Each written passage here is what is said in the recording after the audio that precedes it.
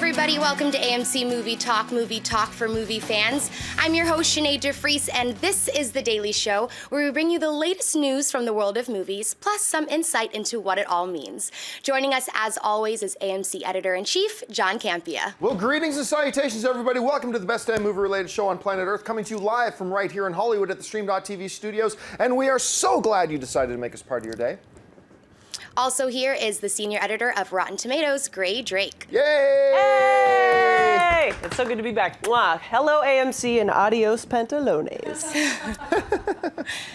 Also joining us is AMC's Christian Harloff. What is going on? What a panel of heavy hitters today. God, I love your shirt, by the way. That's awesome. And another one of AMC's finest, Miss Miri Jetikin. AMC's finest, right here. It's Monday. I'm ready to go. Let's do this.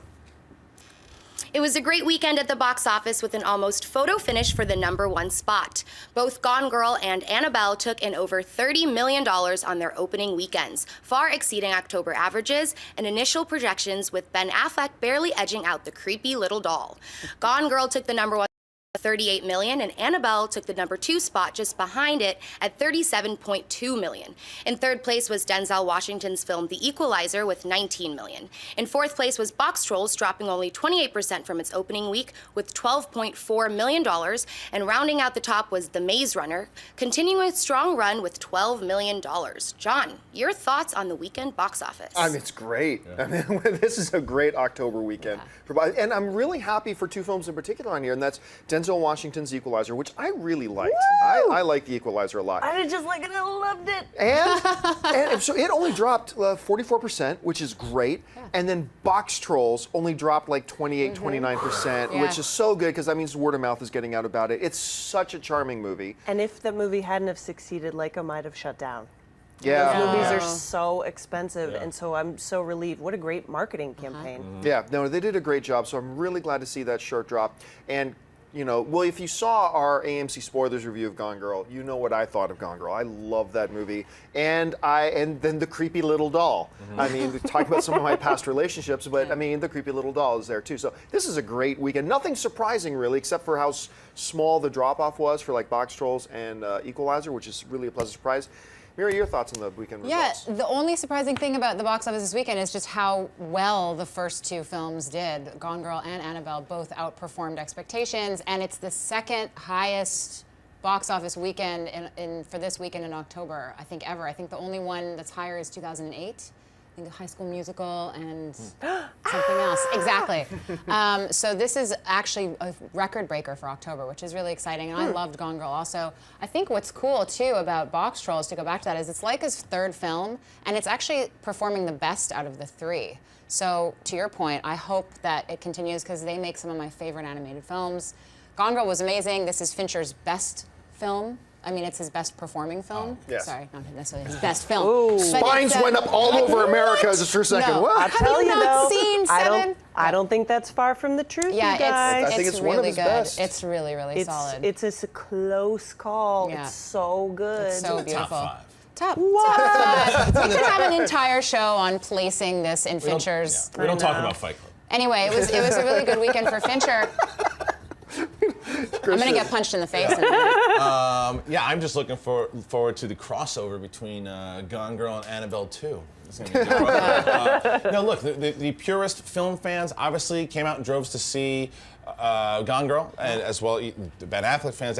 People went to see that movie because it looked like an engaging film. We are in Oscar season now; we're getting there. Officially. So those film fans absolutely came out, and the horror fans and people who like The Conjuring went and supported Annabelle. So it's not shocking. Just kind of echoing what you guys said, I like where the 3, 4, and 5 spots really hit, because those are they're all quality movies, all movies that you want to see do well, and it shows that the audiences are going to check out some quality stuff. Anything surprise you about the Oh, results? I can't wait for Equalizer 2. I just can't wait. I can't believe that Annabelle did that well. I am stunned. Oh, that it was that close. But I was expecting them both to be, I was expecting Gone Girl and Annabelle to be in mid-20s, and the fact that they almost hit 40. I was hanging out at the AMC Burbank 16 this weekend doing a bunch of different stuff, and you know, we would walk into the theater, and it's like, it wasn't quite Avengers level, but the theater, it was packed. Yeah. And so we went So over nice. to, I went over to one of the girls working the desk. I said, what are people here seeing? She said, Dead Even, it's Gone Girl, and it's Annabelle. And it was just packed, and these are almost hitting 40 million each for You know this what I think weekend. it is with Annabelle is that there's not a lot of horror choices for horror fans. And Halloween's right around the corner. Yeah, and it's I think the biggest horror release that I can remember coming out in theaters in a little while. So We had a really lousy summer as Yeah. horror movie fans because Yeah. none of it panned out. Yeah. So I get it. I didn't get a chance to see it, and I'm sad because I have my creepy little Annabelle who sits next to my I can't desk. even talk But let's about not it. Okay. but let's not forget about the fact that it is a spin-off to a very successful Successful, yeah. horror film. And people, Which- even and though it's also- not- and it's- also they put- great. Yeah, they put The love The Conjuring Conjuring. in the title. I loved. Look, you guys know that I'm not the biggest horror guy. I loved The Conjuring. Conjuring was great. Loved So it. scary. Because of that, and because of what it did, I'm not shocked that it made the numbers that it did. Okay, so I got to tell you the story. So every once in a while, the studios will send out little marketing tools to us in the film journalism world. And so I'm guessing you're talking about the same thing I got. Got this big package on my door, Oh my right? God. Big, tall box package. And you open it up, and it's a glass case. Yeah. And in the glass case, it says, do not open under any circumstances, evil resides within, right? And there's of course this you big, open it. And there's a big Annabelle doll, right? So what my wife Ann did, she took that case and put a giant Darth Tater, you know, Mr. Tater had dressed as Darth Vader, and put that in, and it's sitting on her desk at Hasbro. It says, funny. warning, evil resides within. It's one of the funniest things ever. That's why we love her. Yes. All right, let's move on. What's next? With J.J. Abrams taking his Star Trek DP with him to shoot Star Wars Episode 7, Roberto Orci has brought on Academy Awarding cinematographer Claudio Miranda to shoot the new Star Trek film. Miranda has shot several major films, including The Life of Pi, Tron Legacy, The Curious Case of Benjamin Button, and Oblivion. This will mark the first Star Trek movie to be shot digitally instead of on traditional film. Christian, what do you think of the addition of Claudio Miranda and the transition to digital for Star Trek? Well, in regards to bringing Miranda, brilliant. Yeah. Because the guy is awesome. Look, I didn't love Oblivion, and Tron was okay, but you cannot say that both those movies weren't incredible to look at. Everything. Life of Pi? Yeah. Are you kidding? 100%. So when you're talking about how it's going to look, that's what we're talking about here.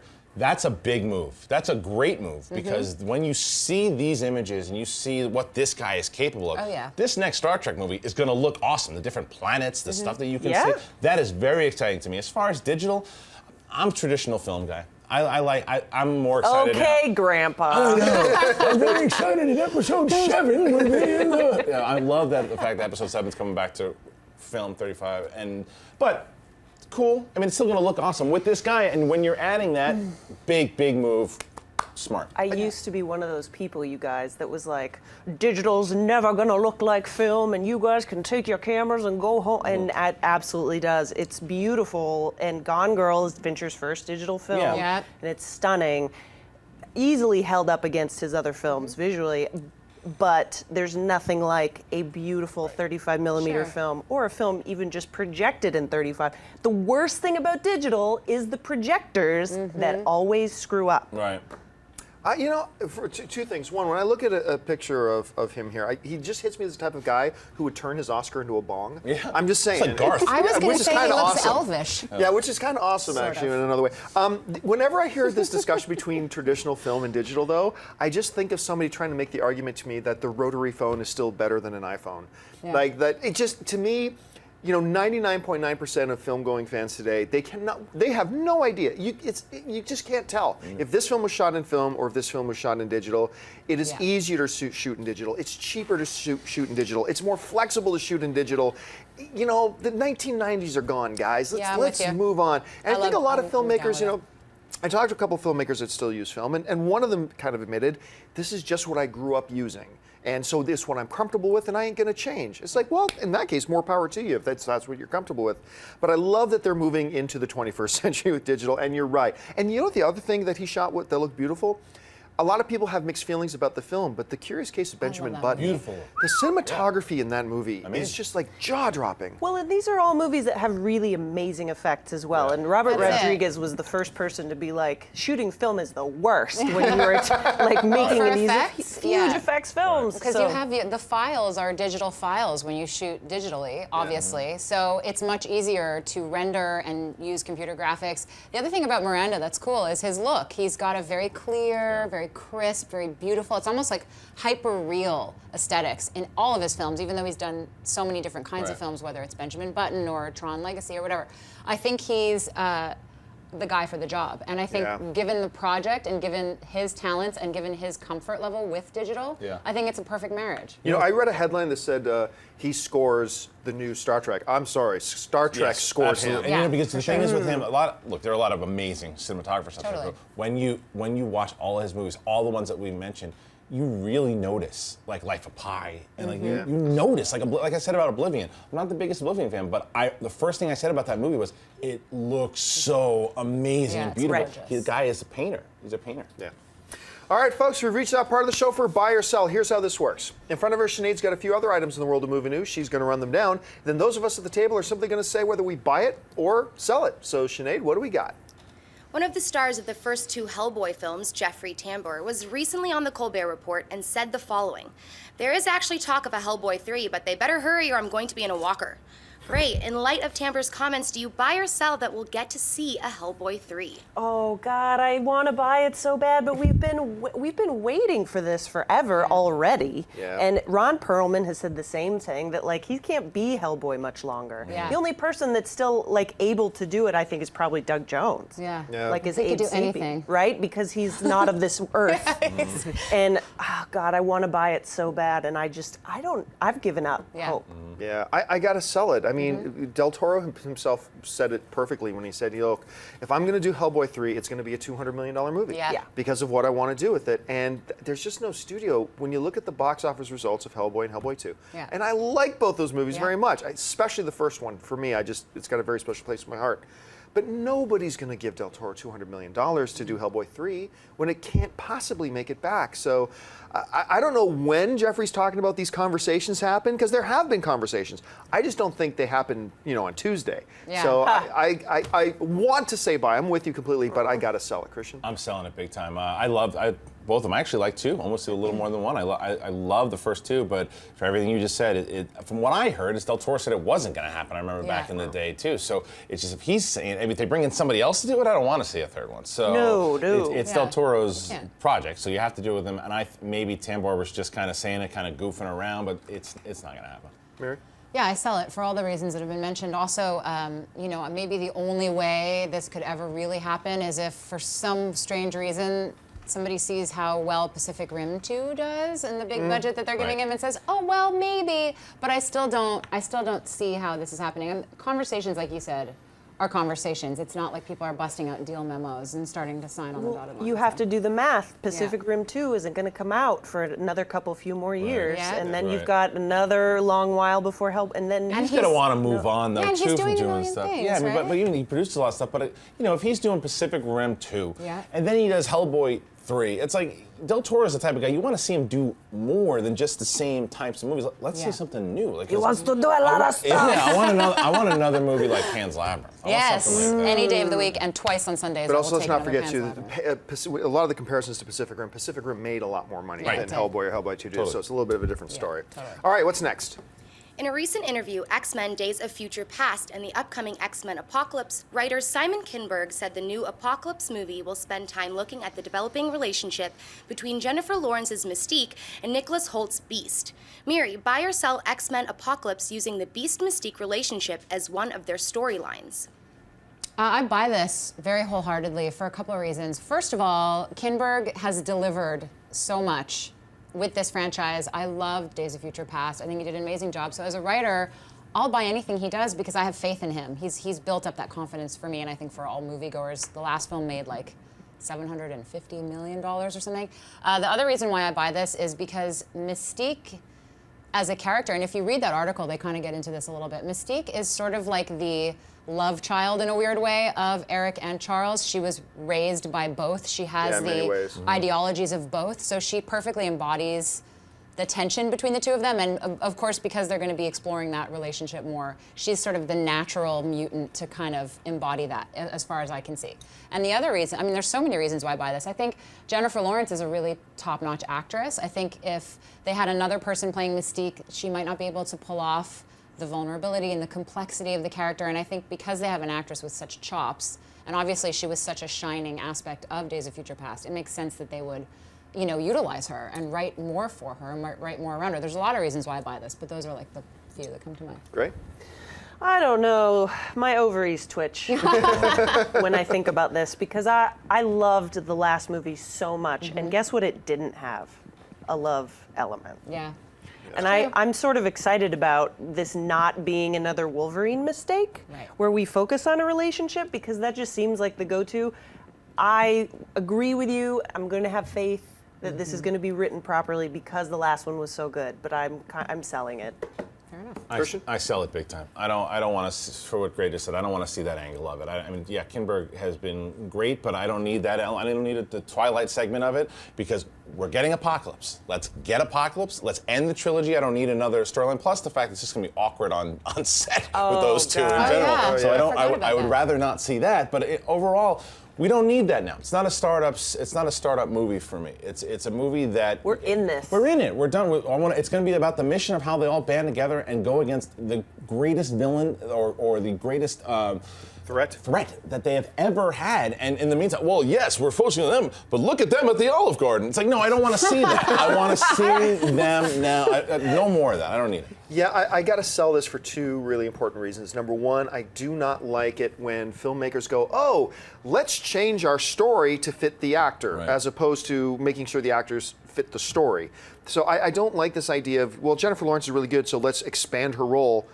Does that serve the story? No, it serves the actor, and I'm not big on that. But the other thing is this. I do not want love interest in my superhero movies. Right. The only time, I might be able to think of one other, but off the top of my head, the only time that I've really liked a love interest in a superhero movie and thought it worked for it was Pepper and Tony Stark's. That one, because it's charming, it's quippy, it brought laughs to it too.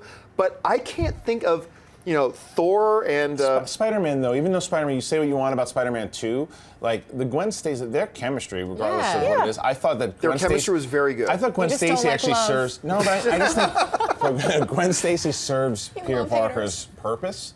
Mary Jane, I could probably do without.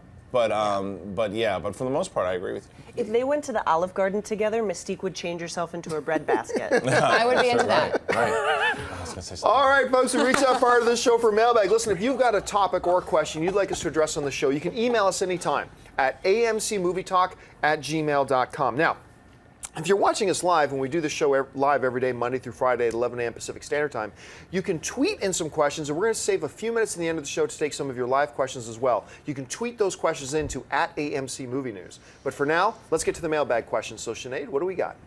Christian Carpenter writes, "Hey guys, love the show. Excuse me.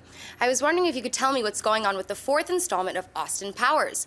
I heard a while back that they were making the movie, but that's all I have heard. I was wondering if you had any info on the movie. Thank you and keep up the good work." I remember there were talks of Austin Powers started coming out, another one after that debilitating, career-crushing, horrible Love Guru. That just, not only, it didn't kill all of us all in a little bit of way. So that movie was so bad, I think it hurt Mike Myers. I think It hurt me in my soul. Yeah, I mean, and he withdrew, which is too bad because it's not just Austin Powers. He's one of my all-time favorite comedies is So I Married an Axe-Murderer. Yes. He is so brilliant. Yeah, no. It's gargantuan. I love that. I believe movie. I ordered the large. We've all seen it. He is such a comedic genius, and we have all suffered from his absence, I think. And so a little bit later came the thought that maybe he might return and do it with Austin Powers. And I'm going to tell you, I don't care. He could put out 20 Austin Powers films. I'm going to watch them all. I love what he does in that. Unless they're as bad as the Love Guru was.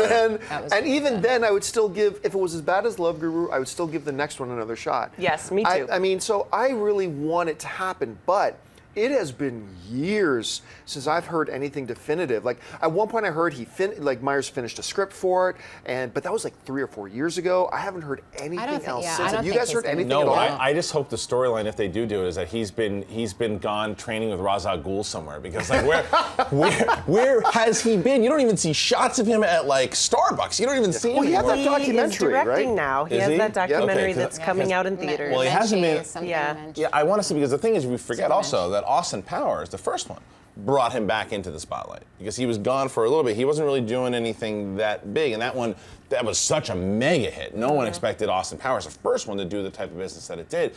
what I'm worried about with the fourth one is desperation. Yeah. And Right. if it becomes desperation, the reason if he comes back, he's like, okay, I got to come back.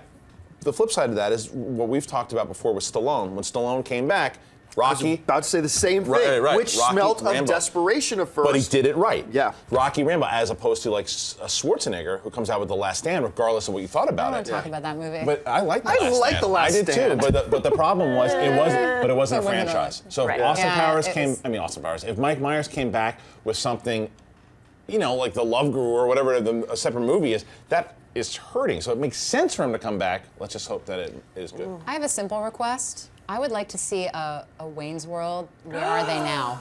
Like old, my gosh. like what happened God, to Wayne old and Garth? Wayne and Garth. How sad is They're that? on the No, but internet. They have a YouTube show. They got a But YouTube see, channel like, now. Yeah, I they moved I it. don't know. That's to me the Mike Myers that I connect with the most. Maybe because I grew up on Wayne's World on Saturday Night Live and stuff. That I feel like in general I'm kind of done with Austin Powers, but I'm not necessarily done with Wayne and Garth. I'll tell you what. Personal thing. Dumb and Dumber 2 is going to really determine how many of these will come back. Absolutely. Yeah, that's true. Yeah. Because if it does so well, Right. then Austin, all of a sudden people will be like, whatever happened to that Austin It's Powers? the Expendables. It's Yeah. Expendables. It's all these reboots certain the 80s movies. It's like Yeah. when certain ones do right or do good, then they remake something in the same genre. And Found then footage movies. Look All at of a that. sudden somebody's like, hey, Dana Carvey's in a movie. And it's like, what? That guy? Like, that's going to happen. Now he's doing the Hans and Franz commercials again. So I know. See, know. it's Him and happening. Kevin It's Nealon are already back. in the Pump ether. you up. All right, what's next? Kenny Drew writes, "Hey AMC crew, thank you for the awesome show. I'm curious if you have heard any early buzz about The Hobbit, BOFA. The Return of the King basically swept the Oscars, but I'm hearing nothing in regards to the final Hobbit. Is this because the first two Hobbit movies were not as highly regarded as the first two The Lord of the Rings? Thanks and keep up the great work." You know, in as much as everybody talks about how much they didn't like the first Hobbit movie, it didn't live up to this and didn't live up to Yeah, that. 'cause it didn't. Man, the box office sure did Right. well. I don't know where all these really disappointed people is. I'm one of these people that I adored the first Hobbit film. To me, as Really? a kid who grew Two up, dwarf songs? as somebody who grew up reading the books, the Yeah, moment they but- start singing the Dish song, I was in love with the movie because I remember that so well from the book. Yeah, but and then for they me start it was the Cute. opposite. It made me because I loved the book. I read it like several times growing up, and I felt like the movie kind of crushed my memories a little bit. Oh, see, Made to me me, sad. for me personally, it brought it to life. So interesting. And then the second one I thought was even better. That the barrel scene and all that kind of stuff, I just fell in love with that. So I've been really happy with The Hobbit. But why haven't we heard anything about the third one? Well, because nobody's seen it. Yeah, so I mean that's a pretty key thing. But I am surprised there has not been more marketing for it yet. It's not that far away. They don't have to. They don't Yeah. have to spend money. They don't have to tell people it's great because we all know that even if we didn't care for the first one, which I didn't, Yeah. they're at a certain standard at this point. Hmm. We've seen 5 of them, and they've all been good to spectacular. Yeah, exactly. So it's the last one got me on board. Yeah, I liked Smaug. Smaug. Smaug. I can't Smaug. The difference. Cumberbatch, Batch. But the I question like as Smaug. far as being Oscar nominated, you're going to see something probably as far as visual effects, I'm sure. Yeah. But in regards to why it hasn't had the same gravitas as say the original, people forget. When that original trilogy came out, there was comparisons to the original Star Wars trilogy. Like, what's the better trilogy? What's Yeah. Yeah. this or that? The Hobbit doesn't. The Hobbit is more of blockbuster fun. It could have come out in summer and shoved the popcorn down your mouth and enjoy yourself. gullet. Yeah, down your gullet. That's basically what these movies are. You still enjoy them very much for the way they connect Yeah. now to the original trilogy of Lord of the Rings or Fellowship or whatnot. But this is not. These aren't the Oscar type of caliber movies as the first. It's the first 3 were. They're just not. No. It's Best Picture, not going to happen. Special effects. Is this going to be the best of the 3? I think so. Probably, because there's going to be a lot of dragon in it. Yeah, and that's with but that. that's why I'm going. As far as where you can say Return of the King is a great just film overall Yes. as well too. For me, I'm going for the theater experience and for a lot of the fun to see that dragon wreck some shop in the beginning of that movie and then see where the adventure goes. And it's going to be an adventure for me, an adventure film, and a time to lose myself in the movie theater, different from the original. Okay, Too tough a year, guys. over under. Yeah. Over or under. The amount of time that Smaug will actually be in the third film, over under 12 minutes. Over or under. Over. Miri. By a hair over. Over. I'm going to go by a hair under. Okay. Interesting. All right. All right, what's next? Jane W. writes, I am excited to hear that you are expanding with new shows, etc. I was wondering if you will be uploading podcasts for those as well. I think I will be heartbroken if Jedi Council won't be on. If you could, would you explain a little bit about your process of uploading podcasts? I know they must take up extra time, but do they cost more money? Or do your episodes have to have a certain length before you justify uploading them as podcasts? Keep up the great work. To be honest, I just generally don't care about the audio podcasts all that much. And we only started putting, I know that's just me. I'm more concerned about having people watch our videos. So, but there was a big demand that started when we were doing AMC Movie Talk, people asking who, don't have time to watch it. They only have time when they're in their car driving and they'd like to hear it. So I, acquiesced to the request. You did and what now? said, You did what? Now spell it. QM Smoke. So Can I have the I meaning said of the sure, word? and we put up podcasts, and then we started getting a lot of people asking for mailbag to put that in the podcast feed as well, and that was really more me just kind of appeasing the people who follow AMC Movie News. Obviously I don't give much attention to it, other than at the end of the show I say, hey, if you want an audio version, the feed's in our description. But we've come to the point now where we have I don't know, it's kind of weird to me, 7,000 or 8,000 people a day download the audio versions of the shows. Yeah. So I do have to take it a little bit more seriously. At this point, it is not my plan to put the new shows in the podcast feed, but my mind can be changed. So you may see Jedi Council in the podcast You will feed. put Jedi Council And scene.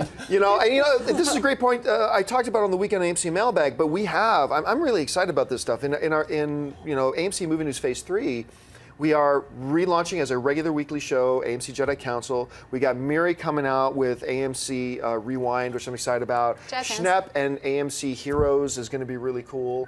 I'm excited about all this stuff, a daily AMC mailbag. So how much of that goes into the podcast feed, how much doesn't, will largely probably depend on you guys. What do you guys, do you care about the audio podcast feed? Do you not? Will you burn my house down if I don't put it in the podcast feed? I don't know. Let us know your thoughts in the comments section, and we will listen. So, yeah. Because it is time consuming. Right. It Oh, takes yeah. forever to do that stuff. And we are going to have 3 shows a day. Right. by January, we're going to be my shooting God. 3 shows a Yeah. day. So maybe we should put them in podcast feeds too, so people can listen to us, at the gym or whatnot. Well, especially all the different theories, because look, John and I talk about Star Wars often. all the time. So even before the on. show started, we were talking about. sit around- Yeah, we were talking about Rebels and I everything actually else, walked too. in today, and they were sitting. I swear, they were sitting here talking about Star Wars. Yeah, we were, and that It happens all the time. But that's why we knew, and plus the fact that you guys are talking about us in regards to Jedi Council and bringing it back. And it's we're going to have so much to talk about. So who knows? Eventually it goes to iTunes, but we'll definitely be, you guys have to join us when we come back. I should point out, we're going to be playing a Star Wars role-playing game Yes. soon, and I am going to film some of that and Awesome. put it online for people to see. I'm so excited. All right, folks, I said I'd leave a couple of minutes for your live Twitter questions. We're going to do that just now. We just have a couple minutes left. So Sinead is our Geek Keeper today. Sinead, what have you picked out? The first one comes from @Frank Starbuck, asking, what will happen with Jordana Brewster's character in Fast and the Furious now that Walker's character won't continue? Well, since they've kind of said that they are retiring the character, I have a feeling that she will be retired with it. You can't say that the way the movies have been structured now, you can't say Paul Walker's character has now moved to Brazil. Right. And his wife and child didn't go with him. Right. That just doesn't make sense. So while I have nothing to base this on, other than speculation, I have a feeling her character will be retired as well. The only reason that she's got a chance to not have her character retired is because she is Vin Diesel's sister. And it's in all it. about And family. It's all about family. So you don't know what's going to Very happen. convincing. I happen to agree. I think that for the story, it just doesn't serve her character. But that's not to say in Fast, Furious 8 and 9 and 10 she can't come back for a special mission or something. Amen. Yeah. Any other thoughts? No, also their baby. The baby will grow up to also be an amazing driver and carry on Daddy's legacy. Nice. All And right, then what's in n- 20 years, we'll see a whole new spate of Fast and Furious movies. Yes. All right, what's next? Jonathan asks, could the Netflix-Weinstein partnership lead to similar deals, furthering the decline in theater attendance? No, see, it was so funny because I actually had a friend of mine talk to me about this stuff about the Weinsteins. Let's face it, Crouching Tiger, Hidden Dragon 2 was not going to make $50 million in the Right. box office ever. Right. And somebody said, oh my gosh, they're making movies now directly for Netflix. made-for-TV movies have been around for 30 years. Yeah. This isn't really a new thing. Movies, tons of movies, like that will never see a movie screen have been going direct to Netflix and things like that and video on demand Thousands. forever. This is actually really now. The only thing that's different here is that I believe Weinstein Company is trying to make this an issue and try to bring publicity to this whole thing. But honestly, Yeah, because it's Weinstein. because it's Of course. Weinstein, but I honestly don't see this as anything. The difference to the one is the Adam Sandler deal. yeah. That's the one to me that goes, well, wait a minute, because Adam Sandler's getting paid a significant amount of money to do movies specifically for Netflix, regardless of what you think of his movies. The last couple have been garbage, but the difference is you have a guy that is a moneymaker, that does big movie comedies. If he's doing movies just for Netflix, and other actors start to do that directly just for Netflix, what's the difference between House of Cards, which is a TV show made just for it, and then movies made for it? Right. It's going to change the game a bit. The Weinsteins agree, Crouching Tiger, Hidden Dragon, Part 2, I want to see it, and I want it. I would have loved to have seen it in IMAX, but it's the big actors getting the deals for Netflix that makes me go, Yeah. See, the reason I disagree with that is because I remember this, I liken this unto the other debates that came around about what's going to change everything. You know, I remember when VHS came out. You know, the big debate, this will kill the movie industry, blah, blah, blah. Then the DVD came out, and once again, this is going to kill everything. And then you had, not Netflix, Napster come out. There will be no music industry 5 years from now, and blah, blah. It's like, you know what? but it changed. It's just- I don't think It it'll did kill it. change. I think it's going to change it, like gonna because what you said, change. Napster changed the game. Yeah, it did change the regardless. game. Yes, but it changed in the way that was the way everything was going. Everything was becoming But it was digital also, at yeah, any it was the rate. digitization and Napster But they happening rushed. at the But same they made time. everybody rush to it They- because they like, wait a minute, forced we the have to issue. figure this out, or this is gonna because they have to figure it all out. And I think that I don't. By no means do I think this is going to kill the movie industry. It's going to Well, further it, but it's just going to change. But the let's game. just pause and take a look at the numbers. Like the box office this year has been a disappointment. It has not been a good year, and there has been a decline.